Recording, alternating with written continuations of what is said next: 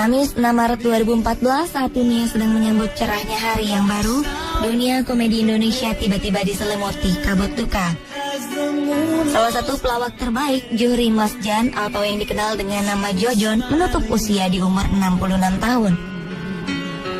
Penampilannya khas dengan kumis ala Adolf Hitler atau Charlie Chaplin, ditambah celana berpinggang tinggi dan berpotongan bagian kaki yang mengatung serta bersuspender.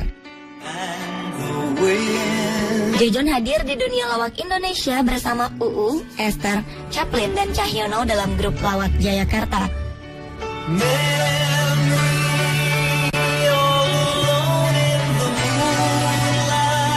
Pria yang mengawali karirnya sebagai komedian tahun 1970-an ini melawak dengan karakter seperti seorang yang polos dan mudah dijahili lawan mainnya.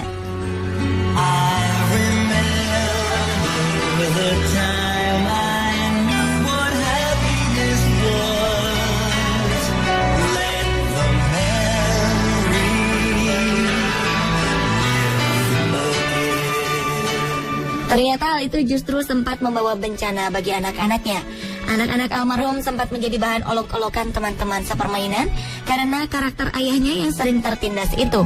Awalnya sang legenda tidak terlalu percaya diri dengan gaya komedinya. Karena itulah Jojon memikirkan cara bagaimana orang bisa langsung tertawa hanya dengan melihat penampilannya. Pak Jojon rapi amat ya. Yang bingung. Bingung? Bingung nggak? Sangat. Mau tanya Pak Jojon, ini pada usia berapa tahun Pak Jojon kena tipes nih? Bentar dulu. Ia pun mencoba berbagai penampilan di depan cermin, sampai akhirnya almarhum menemukan penampilan yang sekarang yang menjadi ciri khasnya. Lo bisa diem nggak sih? Kini justru karakternya itulah yang kemudian menjadikannya sebagai pelawak sejati. Ia menghibur banyak orang tanpa harus dengan lawakan yang kasar atau menghina orang lain baik melalui perkataan maupun perbuatan. Nggak bisa, anak gue ditemanain. Ya makanya pilih siapa anak. Pertanyaannya enggak. Dalam perjalanannya sebagai pelawak, Jojon dan Jayakarta Group bahkan harus manggung di klub-klub malam untuk menaikkan pamor sebelum mendapat kesempatan tampil di televisi.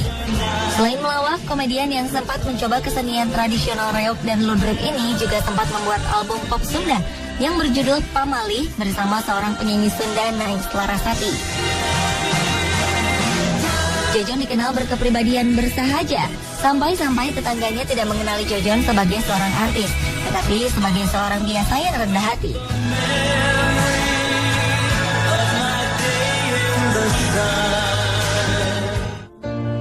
Sebagai seorang suami, Jojon dikenal sebagai pasangan yang dekat dengan sang istri. Henny Mariana, istrinya, selalu mendampingi Jojon setiap hari, termasuk di saat sang suami bekerja sebagai aktor atau pelawak. Tetapi menurut sang istri, 2 minggu terakhir di masa hidupnya, pria yang meninggal karena penyakit jantung ini selalu ingin pergi sendirian kemana-mana. Sehari sebelum Jojon meninggal, tepatnya hari Rabu, ia mengatakan kepada sang istri bahwa besok Kamis ia akan pulang. Dan ternyata sang legenda benar-benar pulang ke hadapan Yang Maha Kuasa di hari tersebut. Selamat jalan Jojon, semoga amal ibadahmu diterima Tuhan Yang Maha Kuasa. Terima kasih telah menghibur dan menghadirkan tawa selama sekitar 40 tahun dengan karyamu, serta menjadi contoh banyak orang.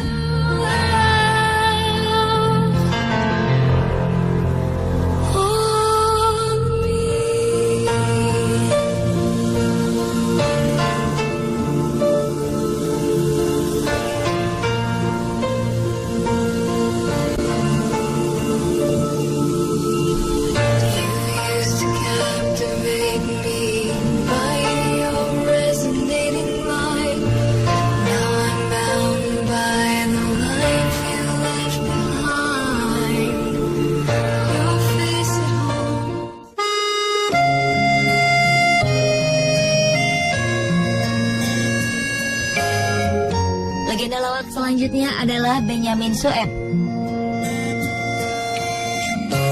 Si Siapa yang tidak kenal dengan seniman Betawi ini?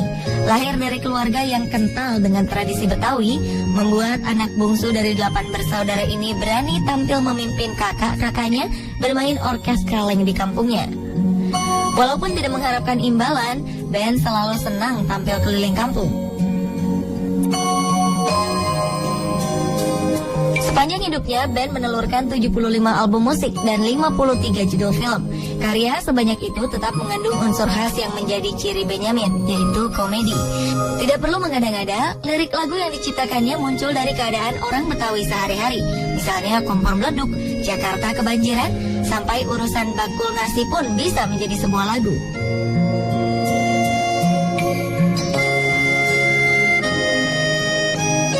Tidak banyak yang mengetahui bahwa selama hidupnya, ayah dari 9 anak ini ternyata sangat memperjuangkan pendidikan anak-anaknya.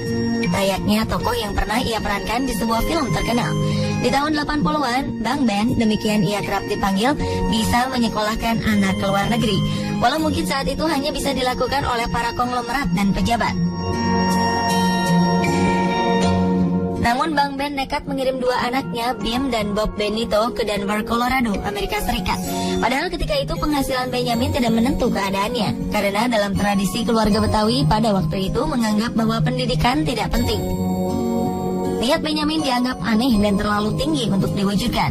Tapi kenyataannya Benyamin berhasil meluluskan kedua anaknya, walaupun kiriman uang ke Amerika tidak selalu tepat waktu. Beberapa tahun setelah anaknya Bim lulus dari luar negeri, Bang Ben mendapat tawaran dari Rano Karno untuk menjadi ayah dari tokoh Doel yang berambisi menyekolahkan anaknya menjadi tukang insinyur. Tanpa berpikir panjang, Benyamin menerima tawaran tersebut dan sukses memerankan karakter ayah Betawi Totok ini. 5 September 1995, Benyamin Sueb dipanggil Yang Maha Kuasa. Setelah beberapa hari koma secara tiba-tiba sehabis bermain futsal.